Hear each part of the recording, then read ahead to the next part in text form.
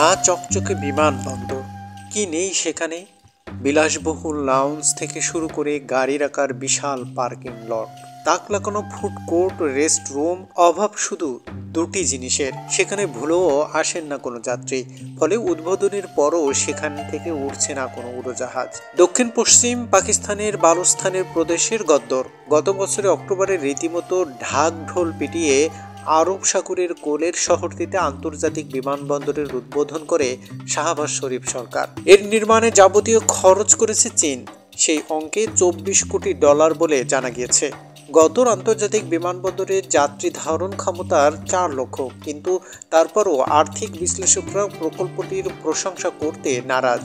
কারণ বালুস্তানের আরব সাগর লাগোয়া ওই শহরে রয়েছে বিদ্যুৎ ও বিশুদ্ধ পানীয় জলের মারাত্মক সমস্যা। বিমানবন্দরের আলো জ্বালাতে তাই ভরসা প্রতিবেশী রাষ্ট্র ইরানের পাওয়ার গ্রিড বা সৌর প্যানেলে। 13 সালে বেইজিং এর সঙ্গে বাণিজ্যিক সম্পর্ক বৃদ্ধি করতে চীন পাকিস্তান আর্থিক বারান্দা চুক্তি করেছে ইসলামাবাদ। প্রাথমিকভাবে এতে $4,600 কোটি বিনিয়োগ করলেও পরবর্তীকালে সেই অঙ্ক বেড়ে দাঁড়ায় $5,000 কোটি।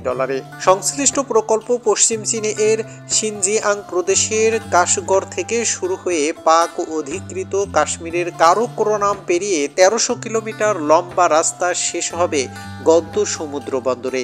এ সুদীর্ঘ সড়ক পথকে বেল্ট অ্যান্ড রোড কর্মসূচির অন্যতম প্রধান অঙ্গ বলে জানিয়েছে বেইজিং। আন্তর্জাতিক বিমানবন্দরটি এই প্রকল্পের আওতাভুক্ত ছিল কিনা তা স্পষ্ট নয়। পাকিস্তানের সংখ্যালঘুদের তালিকায় রয়েছেন। তাদের অভিযোগ, দীর্ঘদিন ধরেই বৈষম্যের শিকার হচ্ছেন তারা। মিলছে না বেঁচে থাকার ন্যূনতম সরকারি সুযোগ সুবিধা। তবে গদ্দরের চীনের বিনিয়োগ রক্ষা করতে রীতিমতো ঝাঁপিয়ে পড়েছেন রাওয়ালপিন্ডির সেনা কর্মকর্তারা।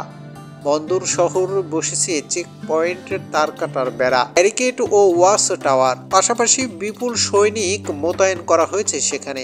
গদ্দরের আগে বিশ্বের সবচেয়ে ফাঁকা বিমানবন্দরের তকমা পায় শ্রীলঙ্কার হাম্বান টোটা। এই বিমানবন্দরটি তৈরি করতে $17,500 কোটি খরচ করেছিল কলম্বো।